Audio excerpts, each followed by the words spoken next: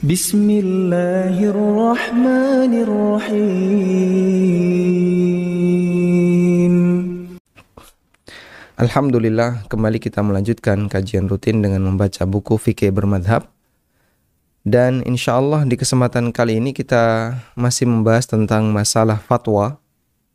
Berikutnya kita akan membaca poin yang ke-6. Jika ada banyak ulama mujtahid, siapa yang berhak dimintai fatwa? Bagi Bapak Ibu yang memiliki bukunya, silahkan dibuka di halaman 264.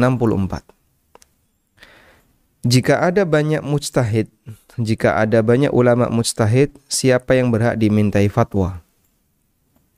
Ketika ada sejumlah mujtahid yang bisa dimintai fatwa, maka orang awam boleh bertanya kepada mujtahid manapun, baik yang senior maupun yang junior. Jika ada banyak ulama mujtahid yang bisa dimintai fatwa, mujtahid 1, mujtahid 2, mujtahid 3, semuanya kelasnya adalah ulama mujtahid yang layak untuk dimintai fatwa. Lalu kepada siapa orang awam ini harus minta fatwa? Jawabannya, dia boleh minta fatwa kepada siapapun, baik yang senior maupun yang junior. Ini merupakan pendapat jumhur ulama. Di antara dalil jumhur adalah firman Allah Subhanahu wa taala, "Fas'alu ahla dzikri in kuntum la ta'lamun." Bertanyalah kepada orang yang ahlu dzikr, orang yang berilmu. In kuntum la ta'lamun, jika kalian tidak mengetahui. Di samping itu adalah ijma', kesepakatan yang terjadi di kalangan para ulama. Ijma' para ulama sejak zaman salaf, sejak masa silam, bahwa ulama junior dibolehkan memberikan fatwa meskipun di daerahnya ada ulama senior, selama ulama junior ini memiliki kemampuan dan punya ilmu dalam menyampaikan fatwa. Kejadian ini termasuk fenomena yang sering terjadi dan tidak ada pengingkaran dari mereka. Kembali kita mengutip keterangan Ibnu Najjar dalam Syarah Al-Kawkabul Munir. Dalam Syarah Al-Kawkab Al-Munir, Ibnu Najjar menyebutkan, wali amiyin taqlidu mafdulin minal mujtahidin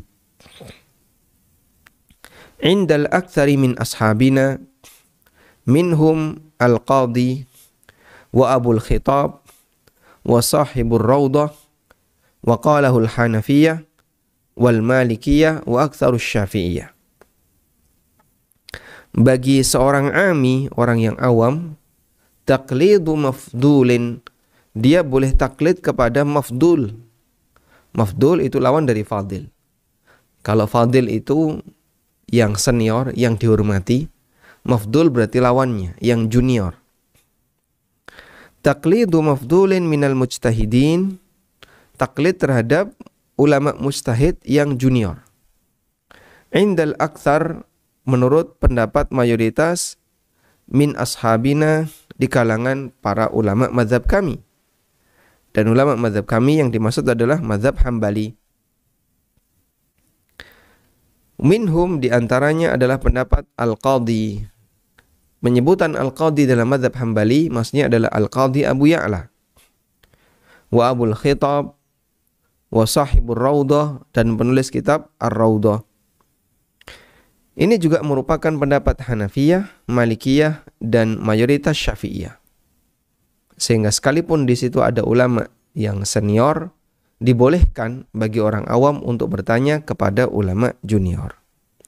Baik, ini poin yang kita dapatkan dari keterangan yang disampaikan oleh Ibnu Najjar, bahwa dalam meminta fatwa tidak disyaratkan harus kepada yang senior. Jika ada sejumlah ulama mujtahid dalam sebuah daerah, misalnya teman-teman yang kuliah di Timur Tengah, di Saudi, atau di kampus-kampus negara yang lain, ketika mereka masuk ke kampus Islam yang ada di Saudi misalnya, di Madinah, atau di Riyadh, atau di daerah yang lain, maka di sana dia akan menjumpai banyak sekali para pengajar. Yang pengajar-pengajar itu kelasnya adalah para ulama-ulama mujtahid. Saat dia menjumpai banyak pengajar dan banyak ulama mujtahid, pada saat dia menjumpai mereka, maka kepada siapa mahasiswa ini ketika punya kasus harus bertanya? Jawabannya, siapapun yang ada di sana berhak untuk ditanya. Siapapun yang ada di sana berhak untuk ditanya. Sehingga Masya Allah, di antara kelebihan yang Allah Subhanahu wa ta'ala sediakan, bagi anugerah yang Allah sediakan bagi mereka yang bisa belajar di sumbernya, maka sumber itu jumlahnya banyak. Di sini ada sumber ilmu, di sini ada sumber ilmu. Bahkan kita saksikan sendiri bagi Bapak Ibu yang pernah ke Masjid Nabawi, ya. Dalam satu masjid itu di satu waktu yang sama ada beberapa majelis ilmu yang digelar bersamaan. Jumlahnya ada berapa, Pak? Wallahu alam, yang jelas banyak sekali. Di sini ada majelis yang dipimpin oleh Syekh Dr. Abdul Muhsin Al-Abbad. Nanti di sebelah mana lagi ada majelisnya Syekh Dr. Anis Tahir. Nanti di majelis mana lagi ada majelis yang dipimpin oleh Syekh Abdullah bin Muhammad Amin Asy-Syinkiti, putranya Syekh Muhammad Amin Asy-Syinkiti, penulis kitab Adwaul Bayan. Nanti ada majelisnya Syekh Ibrahim Ar-Ruhaili. Dalam satu masjid di satu waktu, setelah maghrib sampai sholat isya. Dan orang bisa memilih, di sini forum akidah, yang di sini forum apa lagi, yang di sini forum apa lagi. Jamaah bisa memilih. Saking banyaknya sumber ilmu yang ada di sana dan besarnya Masjid Nabawi, sehingga Masjid Nabawi ketika itu Masjid Nabawi saat ini bisa menampung banyak sekali forum kajian dan itu tidak saling mengganggu. Ada juga majelis khusus orang Indonesia yang dipimpin, diampu oleh Ustadz Ariful Bahri. Ada juga majelisnya orang Urdu, sehingga dia menyampaikan dalam bahasa Urdu. Ada banyak sekali majelis di situ. Masya Allah. Ini di antara kelebihan yang Allah Subhanahu wa ta'ala anugerahkan bagi kaum muslimin yang berada di sebuah kota, di mana kota itu ada banyak ulama di sana. Baik. Dan dalam situasi seperti itu tidak disyaratkan ketika orang minta fatwa harus disampaikan kepada yang senior. Bisa juga fatwa itu disampaikan kepada yang junior. Yang penting dia yakin bahwa yang dimintai fatwa adalah orang yang layak untuk ditanya. Selanjutnya, kita beralih ke poin yang ketujuh. Poin yang ketujuh, apabila tidak ada mufti. Ulama berbeda pendapat ketika manusia tidak memiliki penjelasan syariat dalam urusan tertentu atau perbuatan tertentu. Dalam masalah A, dalam masalah B, di situ tidak ada penjelasan syariatnya. Sebagian mengatakan kalau kemudian manusia, masyarakat menjumpai urusan atau perbuatan tertentu yang tidak ada penjelasan syariatnya, karena di tengah mereka tidak ada ulama yang bisa memberikan penjelasan, maka sebagian mengatakan hukum asal urusan itu adalah mubah. Ada yang mengatakan bahwa hukum asalnya adalah haram. Ada pula yang mengatakan bahwa kalau menjumpai kasus seperti ini dan tidak ada yang bisa menjelaskan bagaimana penjelasan syar'inya, maka hukum asalnya adalah tawakuf, tahan diri, tidak mengambil sikap. Masya Allah. Kita tahu bahwasanya negara Indonesia dengan luas sekian itu, ya, pasti akan ada banyak sekali kejadian yang tidak diketahui oleh ulama yang lain. Sehingga misalnya kejadian A atau kasus B Kejadian A ini ada di Jawa, mungkin ada di Jakarta.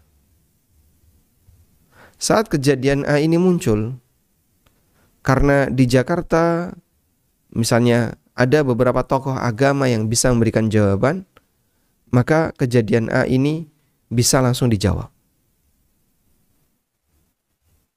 Ini bisa langsung dijawab. Ada penjelasan syar'inya.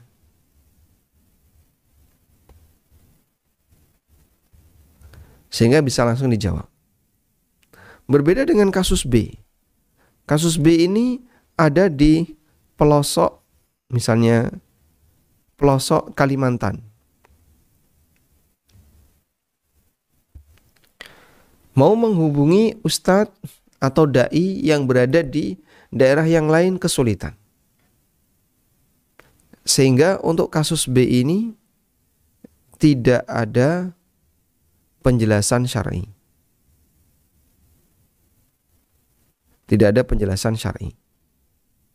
Orang jadi tidak tahu untuk kasus B ini boleh atau tidak. Kalau boleh bagaimana ketentuannya, kalau tidak boleh kenapa tidak boleh? Karena tidak ada penjelasan syar'i. Dalam posisi ketika kasus B ini berada di daerah pelosok. Masya Allah. Lalu bagaimana menyikapi kasus B ini? Lalu kasus B ini hukumnya bagaimana? Ada 3 pendapat ulama. Ada yang mengatakan hukum asal mubah. Hukum asalnya mubah. Ada yang mengatakan hukum asal haram. Dan ada yang mengatakan sikap yang tepat adalah tawakuf. Tawakuf itu apa? Tidak mengambil sikap, nunggu penjelasan. Kalau belum ada penjelasan, maka kasus itu tidak boleh dilaksanakan meskipun tidak dinyatakan haram. Karena belum ada penjelasan. Baik, ini pendapat ulama berkaitan dengan kondisi ketika orang menjumpai sebuah kasus, sementara dia tidak memiliki dalil, tidak memiliki dasar dalam menjawab kasus itu. Beda dengan yang dekat dengan sumber ilmu. Bagi mereka yang dekat dengan sumber ilmu, maka ketika punya kasus dan dia bisa bertanya, wajib bagi dia untuk menanyakannya. Wajib bagi dia untuk meminta penjelasan. Dalam satu kejadian, saya diundang oleh teman-teman yang berada di daerah Dieng, ya, Wonosobo. Dieng, Wonosobo, perbatasan dengan Banjarnegara, ya. Dieng, Wonosobo perbatasan dengan Banjarnegara. Dan mereka punya banyak kasus berkaitan masalah zakat hasil pertanian. Karena hasil pertanian di sana itu berbeda dengan hasil pertanian di daerah yang lain. Apa hasil pertanian di sana? Kentang, kemudian sayur-sayuran, dan aneka hasil pertanian di daerah dingin. Nah, kemudian mereka bertanya, di sini ada zakatnya enggak? Bagaimana cara ngitung zakatnya? Lalu metode kami dalam bertani seperti ini. Nanti zakatnya bagaimana? Itu kita butuh penjelasan syariah. Dan kayak gitu masih banyak di daerah-daerah yang lain yang mungkin belum tersedia. Bagaimana penjelasannya? Mungkin di Kalimantan ada orang yang panen porang, ya, pohon porang. Kemudian dia ketika panen bingung, ini zakatnya bagaimana? Cara ngitung zakat bagaimana? Ketika kasus seperti itu terjadi, maka butuh jawaban. Sehingga Anda bisa lihat, ya, kebutuhan umat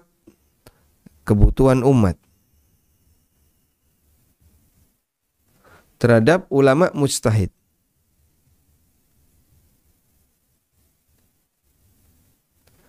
Itu sangat mendesak.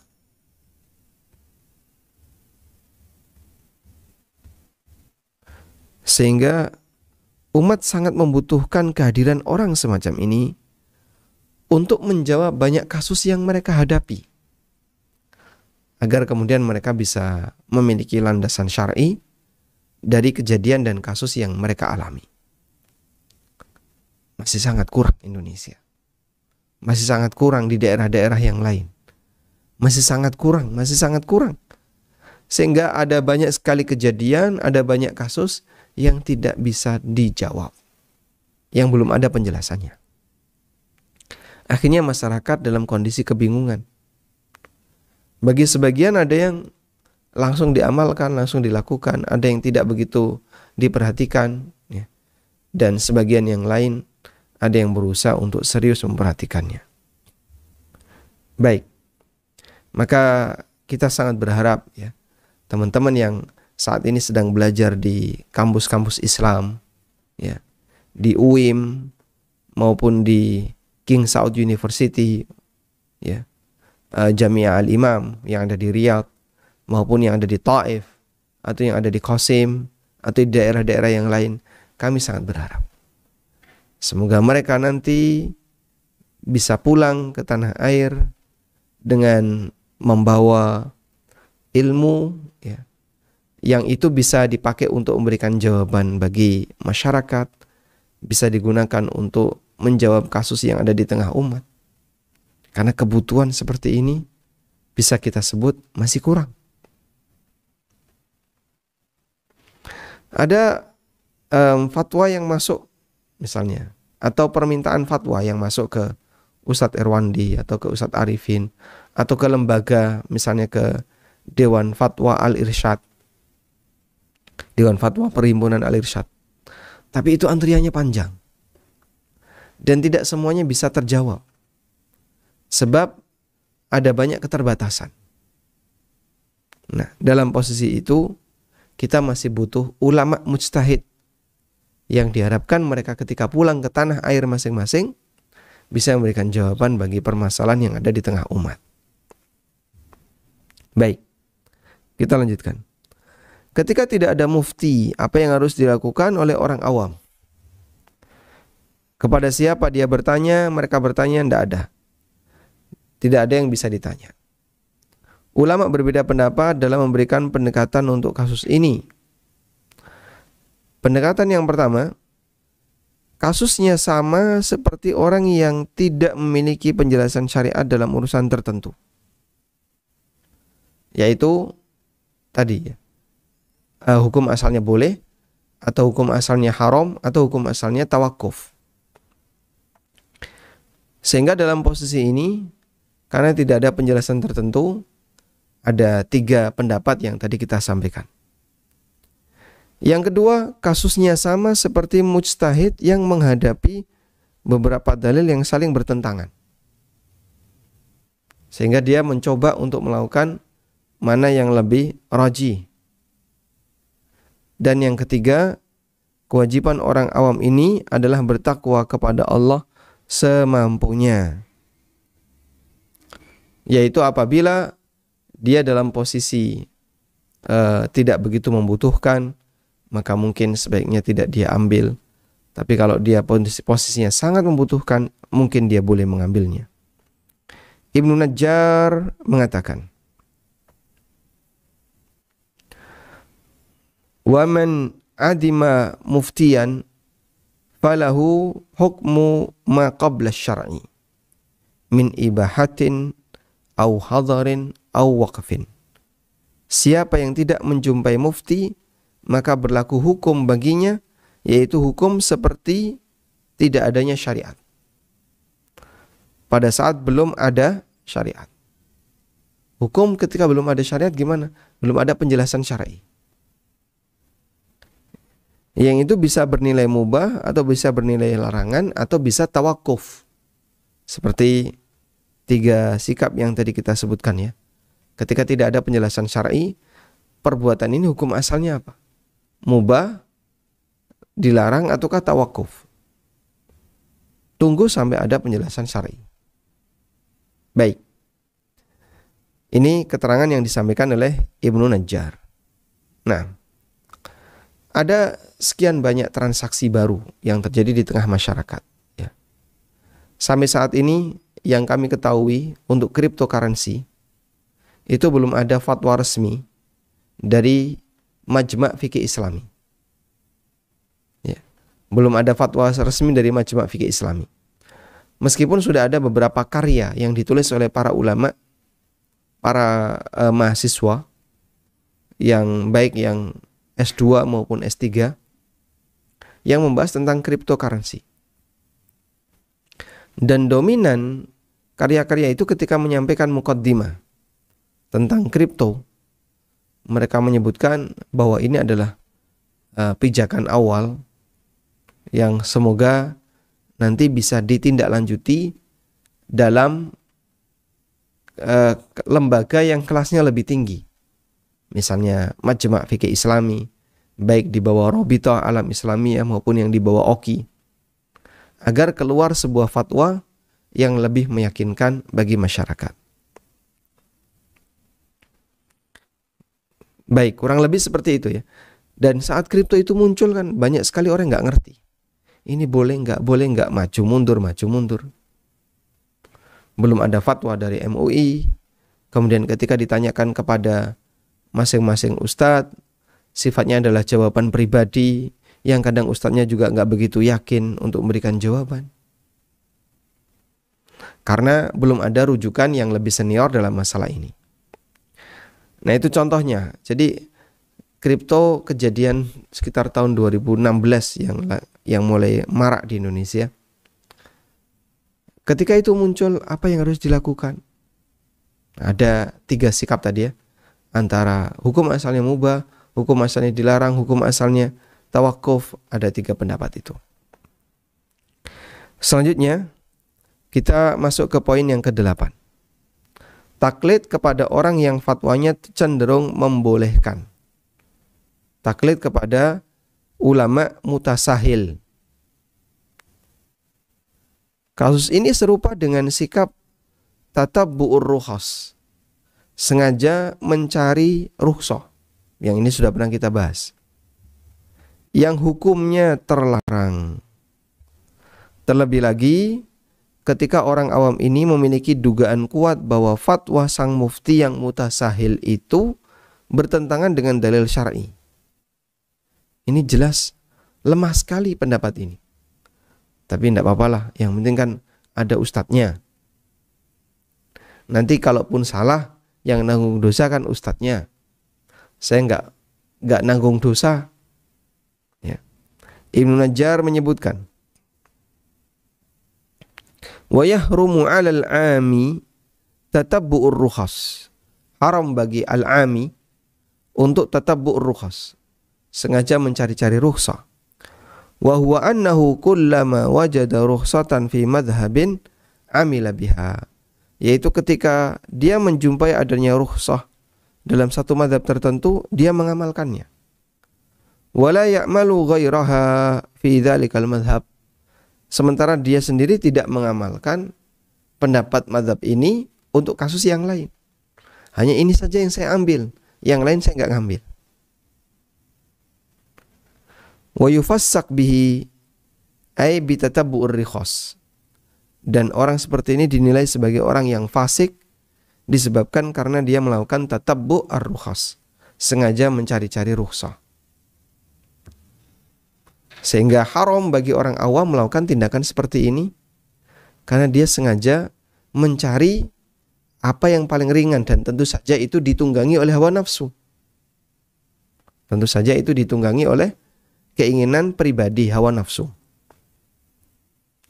Karena itu orang seperti ini bahkan sampai disebut orang fasik. Wa yufassak bi tatabbu'ir rukhas.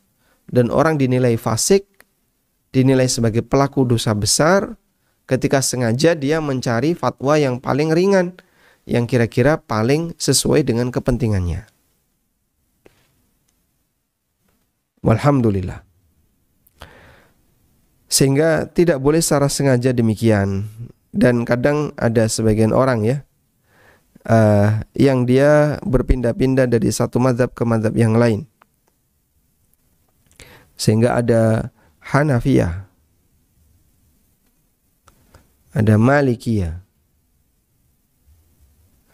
kemudian Syafi'iyah, Hambali. Di sini senang, di sana senang, di sini senang, di sana senang. Ambilnya yang apa?